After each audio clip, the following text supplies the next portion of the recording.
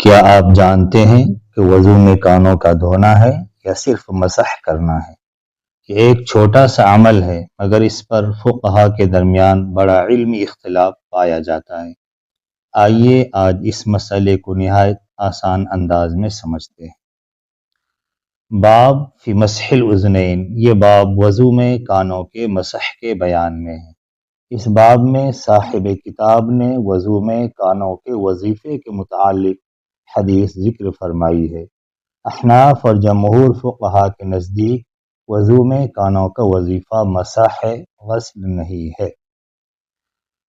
حضرت ابن عباس رضی اللہ تعالیٰ عنہما فرماتے ہیں، نبی کریم صلی اللہ علیہ وسلم نے وضو فرمایا، ایک چلو لیا، چہرہ دھویا، پھر ایک چلو لیا، دائیں ہاتھ دھویا، پھر ایک چلو لیا، بایاں ہاتھ دھویا، پھر ایک چلو لیا اور سر اور کانوں کا مسح فرمایا۔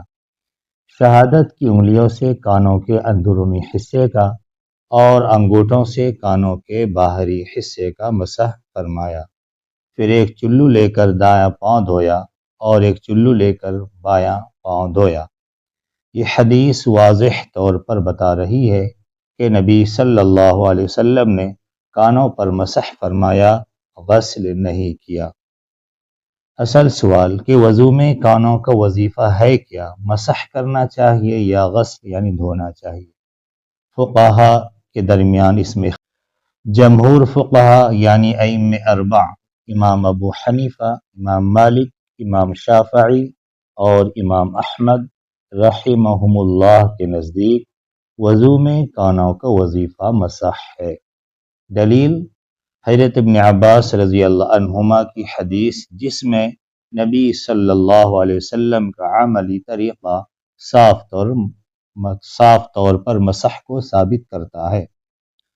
دوسرا موقف اصحاب ظواہر کا ہے، وضو میں کانوں کا وظیفہ غسل ہے۔ ان لوگوں کی دلیل، وہ کہتے ہیں کہ کان چہرے کے مقابل ہوتے ہیں اور چونکہ چہرہ دھویا جاتا ہے اس لیے کانوں کو بھی دھونا چاہیے۔ جمہور فقہا نے جواب دیا کہ یہ دلیل قیاس پر مبنی ہے اور جب قیاس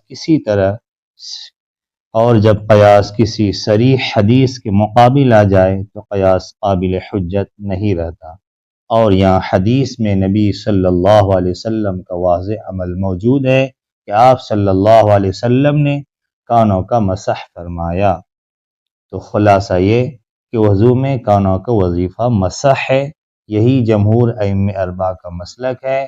نبی صلی اللہ علیہ وسلم کا عملی طریقہ اس پر واضح دلیل ہے اور قیاس کو حدیث کے مقابلے میں ترجیح نہیں دی جا سکتی۔ تو چھوٹے اعمال بھی اگر سنت کے مطابق ہو تو وہی اصل کامیابی ہے۔ اگر آپ کو یہ درس مفید لگا تو ویڈیو کو لائک کریں۔